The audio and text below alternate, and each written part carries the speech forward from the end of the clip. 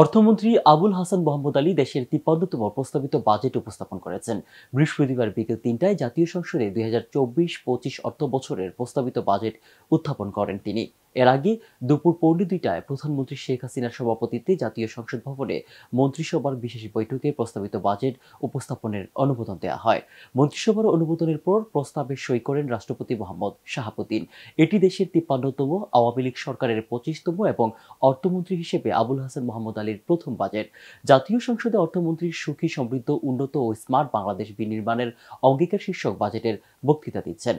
উল্লেখ্য, দেশের ইতিহাসের সবচেয়ে বড় বাজেট ঘোষণা হচ্ছে আজ। প্রস্তাবিত এই বাজেটের আকার হবে ৭,৯৬,৯০০ কোটি টাকা, যা আগের অর্থ বছর ২০২৩-২৪-এর চেয়ে ৩৬,০০০ কোটি টাকার বেশি। চলতি অর্থ বছরের বাজেটের আকার ছিল ৭,৬১,০০০ কোটি টাকা। বড় অঙ্কের এ বাজেট বাস্তবায়নে সরকারের রাজস্ব লক্ষ্যমাত্রা ধরা হয়েছে ৫,৪১,০০০ কোটি টাকা। তবে চলতি বছরে সরকারের রাজস্ব লক্ষ্যমাত্রা ছিল ৫,০০,০০০ কোটি টাকা। আর ব্যয়ের যোগান দিতে জাতীয় রাজস্ব বোর্ডকে দেয়া হয়েছে ৪,৮০,০০০ কোটি টাকার টার্গেট, যা চলতি বছরের সংশোধিত লক্ষ্যমাত্রার চেয়ে ৭০,০০০ কোটি টাকা বেশি। বাজেটে মোট ঘাটতি রয়েছে ২,৫৬,০০০ কোটি টাকা। আর চলতি ২০২৩-২৪ অর্থ বছরের জন্য সাবেক অর্থমন্ত্রী আ.হ.ম মুস্তফা কামাল ৭,৬১,৭৮৫ কোটি টাকার যে বাজেট প্রস্তাব দিয়েছিলেন, তাতে অনুদান ছাড়া সামগ্রিক ঘাটতি ধরা হয়েছে ২,৬১,৭৮৫ কোটি টাকা।